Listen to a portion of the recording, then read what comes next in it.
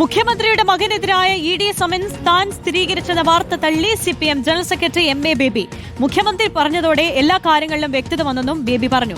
EDയുടെ summons വിവാദം നാടകം മാത്രമാണെന്ന് CPM നേതാവ് AK ബാലനും പ്രതികരിച്ചു. എന്നാൽ വൈകാരിക പ്രകടനമല്ല, മറുപടിയാണ് വേണ്ടതെന്ന് പ്രതിപക്ഷ നേതാവ് VD സതീശനും പ്രതികരിച്ചു.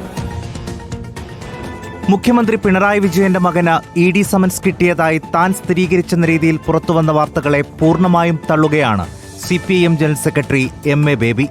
മുഖ്യമന്ത്രിയുടെ വാക്കുകളിലൂടെ എല്ലാ കാര്യങ്ങളിലും വ്യക്തത വന്നെന്നും CPM ജനറൽ സെക്രട്ടറി പറഞ്ഞു. ഇതിനകത്ത് സത്യം പറഞ്ഞാൽ ഇതിന്റെ ഉള്ളടക്കത്തിൽ യാതൊരു ആശയക്കുഴപ്പമില്ല.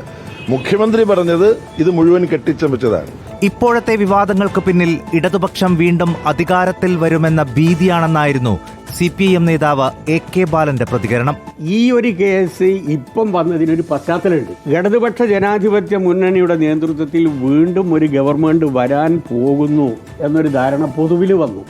അതിന്റെ ഭാഗമായി പല നാടകങ്ങളും ഇപ്പം നടത്തിക്കൊണ്ടിരിക്കുകയാണ്. എന്നാൽ മുഖ്യമന്ത്രി ഇന്നലെ വാർത്താസമ്മേളനത്തിൽ പറഞ്ഞ കാര്യങ്ങളെ പൂർണ്ണമായും തള്ളുകയാണ് പ്രതിപക്ഷ നേതാവ് VD സതീശൻ. അതേ വൈകാരികമായിട്ടല്ല പറയേണ്ടത്, അതല്ല കേരളത്തിന് കേൾക്കാൻ താല്പര്യം. News desk reporter.